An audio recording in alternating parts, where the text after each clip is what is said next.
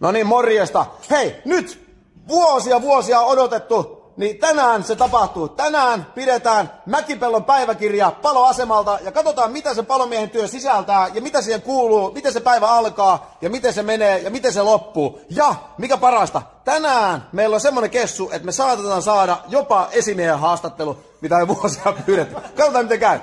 Palomiehen työvuorohan alkaa aamulla kello 8 ja ihan ensimmäisenä tsekataan, että kalusto on kunnossa. Ja siitä eka käydään kaikki kaapit, avataan. Tsekataan vähän, että on akkua täällä, näin akkua löytyy ja pienet kilkkeet ja kalkkeet kondiksessa ja sitten tarvittaessa öljytään kirveet, että on ja nyt, koska kuvataan video, mun on pakko laittaa nämä haalarit nyt päälle, kun näyttäisi vähän palomieheltä sitten tässä. Sitten ei muuta kuin omat kilkkeet ja kalkkeet autoon. Tää on eliittiryhmä, eliittikassi. Eli vesisukelta ja vesisukellushommia syvään päätyyn kerrasta. Ja sitten katsotaan vähän toista puolta, löytyy painetta, sammuttimista. On vähän pulloa, sitä pulloa, tätä pulloa ja on liittimiä ja kunnossa. Eli aamun ensimmäinen tehtävä on nyt hoidettu. Siellä oli liikenneonnettomuustehtävä oli jo. Ja sehän on palokunnan perustehtävä. Ja taas pärähti keikka, lähti öljyvahinkokeikka. Eli palomiesten perustehtäviä, että jos öljyä on maassa, niin yritetään kerätä se talteen ja hoitaa ympäristökuntoon. Saatiin peruutus öljykeikalta, eli toinen yksikkö hoitaa. Niin tosi vauhdikas tää aamupäivä ja vauhti sen kun kiihtyy. Nyt lähdetään taas jälleen palokunnan perustehtäviin, eli kohdetutustumiseen. Tänään taisteluparina täällä Pierre Herbert. Nyt lähdetään tutustumaan. Kohdetutustuminen, palokunnan perustehtävä. No niin, morjesta. Nyt on kohdetutustuminen suoritettu ja seuraavaksi sit vähän syömään. Jaksetaan sitten iltapäivän vielä painaa. Niin, morjesta. Nyt ollaan perinteisellä kello 14 kahvitauolla, joka kestää 12 minuuttia. Tää on yleensä se hetki taas, missä kokoonnutaan koko porukan kanssa, jos keikat ei ole sotkenut päivärytmiä. Tässä yleensä mietitään, että mitä iltapäivällä sitten yleensä tehdään. Tänään ollaan päätetty käydään tsekkaa läpi toi meidän öljyntorjuntakalusto, öljyntorjuntavarasto on huollettuna, joten seperinen hommia, niin nyt eka 2 minuutin kahvitauko ja siitä jatketaan. Täällä Ladder Company jätkät veivaa tikasautoa. No niin, morjesta. Mä menkin tuonne tikasauton kyytiin vähän reenaa korkeapaikan juttuja. Tää nostaa johonkin 40 metriä. Nyt rupee kyllä riittää jo kohta. Lohjalla on maisemat kohdillaan. Ladder Company äijät, nää tikasmiehet, ne on kovia äijä. No niin. ÖT-varaston siivousta, nyt kun kalusto on tsekattu ja huolettu, niin ei muuta kuin tosta noin vaan. Kuuletko tarvii vettä? Näin se homma toimii. Tässä on siis linnun paskaa. Harja. Ei oo muuten linnun paskaa enää. Harja. Vettä. Harja. Näin. Ei oo muuten linnunpaskaa enää. No niin, morjesta.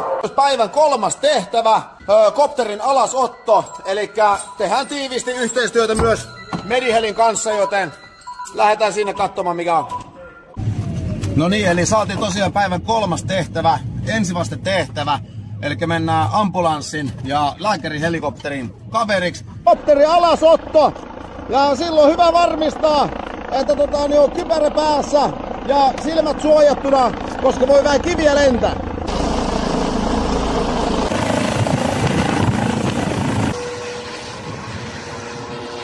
No niin, ja näin saatiin kopteri saatettua turvallisesti taas jälleen ilmaan. Elikkä tää on ihan palokunnan perustehtävä. Tullaan jeesimään ambulanssia, otetaan lääkärihelikopteri turvalliseen paikkaan. Turvallisesti alas. Palokunnan perustehtävä. Eli tehdään paljon yhteistyötä muiden viranomaisen kanssa, ensihoitohenkilöstön kanssa ja palomiesten työskentelee myös ambulanssissa. Joten tästä sitten taas asemalle takas varikkovalmiuteen ja odottaa päivän 4. tehtävää. Tai katsotaan päästäisikö jo aloittaa liikuntatunti. No niin, morjesta. Ja nyt vihdoinkin täällä paloaseman punttisalilla meillä löytyy jokaiselta paloasemalta erittäin hyvät punttisalit. Täällä on mukava pumppailla ja mukava treenailla. Ja palomiesten eläkeikä on tällä hetkellä se 68 vuotta, joten täällä on pakko pitää itsensä kondiksessa. En mä tiedä kuinka moni muu treenaa yöasussa, mutta hemmetin siisti. No niin, morjesta. Nyt ollaan sitten päästy tänne, ilta toimii ja vähän rauhoittumaan. Moni on kysynyt, että mitä siellä paloasemalla sitten iltasi tehdä. Eikä nämä on meille tärkeitä hetkiä. Me tullaan tänne rauhoittumaan ja juttelemaan päivän tapahtumista, käydä niitä läpi. Toiset juo Pepemaksia, toiset juo vettä. Otan ympäri kippis sille. Joo. Ja tässä me sitten jutellaan ja katsotaan urheilua tai leffaa ja yhdessä ollaan ja yhdessä tehdään. No niin, morjesta ja oikein railakasta huomenta kaikille. Paloasemalla meillä alkaa aamu tietenkin sillä tavalla, että vähän pyyhitään hallin lattiaa ja katsotaan, että se on siisti. Paloauton kuljettaja pesee tietysti auton, imuroi sen, jotta se on sitten mukava luovuttaa uudelle työvuorolle ja uudelle kaverille. Ja tämän jälkeen mennään tonne sitten nauttimaan aamukahvista ja odottamaan, että seuraava työvuoro tulee sitten vapauttamaan meidät. Ja siitä on hyvä jatkaa, joten oikein mukavaa päivää kaikille. Kello on 08.00 ja ollaan tultu siihen pisteeseen, että saadaan tämä työvuoro vaihtaa, joten nyt briefataan uusi työvuoro, tuleva työvuoro, kerrotaan vähän, että mitä oli, onko jotain puutteita tai huomioitavaa, ja tästä me hilppastaan himaan ja uusi työvuoro jatkaa.